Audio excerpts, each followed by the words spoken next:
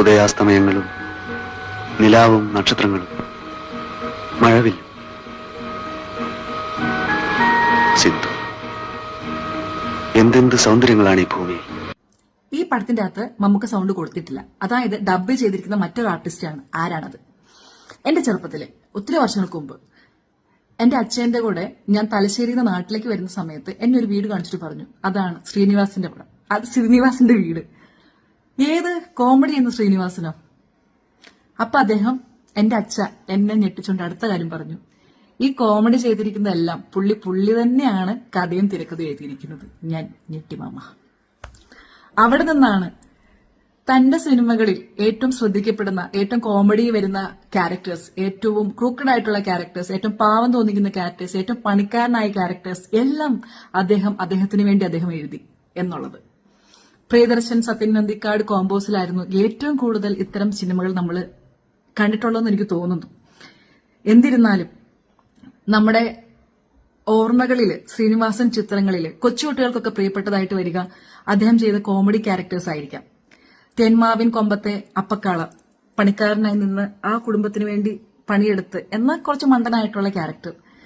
ഷൺമുഖം, മേഘം സിനിമയ്ക്കകത്ത് അദ്ദേഹം മീനാക്ഷിക്ക് വേണ്ടി എന്തും ചെയ്യാൻ തയ്യാറാണ്. പക്ഷെ ലാസ്റ്റ് മിനിറ്റിലും അയാൾ മണ്ടനാവുകയാണ്. മുകുന്ദേട്ട സുമിത്ര വിളിക്കുന്ന സിനിമയ്ക്കകത്ത് അദ്ദേഹം ഒരു ക്രൂക്കഡ് മൈൻഡുള്ള ആളാണ്. കൂട്ടുകാരനിട്ട് പണിതിട്ട് ഓടാനാണ് അദ്ദേഹം ശ്രമിക്കുന്നത്. അതേ സമയത്ത് നമ്മുടെ വരവേൽപ്പ് സിനിമയ്ക്കകത്ത് സ്വന്തം ജോലി ഉത്തരവാദിത്തോടെ ചെയ്യാൻ ശ്രമിക്കുകയും അതേ സമയത്ത് അതുകൊണ്ട് ഒരു പാവപ്പെട്ട ആളുടെ ജോലി ബസ് എന്നുള്ളൊരു ബിസിനസ് നഷ്ടപ്പെടുത്തുകയും ചെയ്യുകയാണ്. ഇത് പോരഞ്ഞിട്ട് നമ്മുടെ ഗാന്ധിനഗർ സെക്കൻഡ് സ്ട്രീറ്റിന്റെ അകത്ത് കൂട്ടുകാരന് ജോലി സ്ഥിരപ്പെടുത്താൻ വേണ്ടി, ഗൂർക്കപ്പണി നേരെ നിൽക്കാൻ വേണ്ടി കള്ളനായി മാറുന്ന ഒരു മനുഷ്യൻ. ചന്ദ്രലേഖയ്ക്കകത്ത് മോഹൻലാലിന്റെ പാവം കൂട്ടുകാരൻ. ഇത്തരം കഥാപാത്രങ്ങളൊക്കെ തമാശീകരിക്കുകയാണെങ്കിലും അദ്ദേഹം പറഞ്ഞു വെക്കുന്ന എല്ലാ ക്യാരക്ടർക്കും ഓരോ സോൾ ഉണ്ടായിരുന്നു. നാടോടിക്കാറ്റിന് തുടർച്ചയായി വന്ന പട്ടണപ്രവേശവും അക്കരെയും സംസാരിക്കുന്ന ഒരു വിഷയമുണ്ട്. ജോലിയില്ലാത്ത മനുഷ്യന്മാർ നേരിടുന്ന പ്രശ്നങ്ങൾ, അവര് നേരിടുന്ന ബുദ്ധിമുട്ടുകൾ, അവരുടെ ഭാവി, അവരുടെ ഭൂതകാലം എല്ലാം നമ്മൾ ആ 3 സിനിമകളിലായിട്ട് കണ്ടു. ഇതൊന്നും അങ്ങനെ ശ്രദ്ധിക്കപ്പെട്ടിരുന്നു? അതായത് നമ്മൾ ഏറ്റവും കൂടുതൽ സുഹൃത്തുക്കൾക്കിടയിൽ സംസാരിക്കുന്ന കാര്യങ്ങളാണ്. എന്തുകൊണ്ടാണ് അദ്ദേഹത്തിന്റെ സിനിമകളില്ലാത്ത ഏറ്റവും ക്രൂക്കഡ് ആയിട്ടുള്ള അല്ലെങ്കിൽ ഏറ്റവും ഇത്തരം ക്യാരക്ടേഴ്സ് ചെയ്തെന്നുള്ളത്? ഇതെല്ലാം മാറ്റിവെച്ചാൽ അദ്ദേഹം തന്റെ ആശയങ്ങളെ, ശക്തമായ ഭാഷയെ സത്യരൂപത്തിൽ നമ്മുടെ മുമ്പിൽ എത്തിച്ചു എന്നുള്ളതാണ്. സന്ദേശവും വരവേൽപ്പും എല്ലാം കൊടുക്കുന്ന ഇമ്പാക്ട് ഇന്നും കാലങ്ങൾക്കിപ്പുറം ഇത്രയും വർഷം കഴിഞ്ഞിട്ടും നമ്മുടെ ഇടയിലുണ്ട്.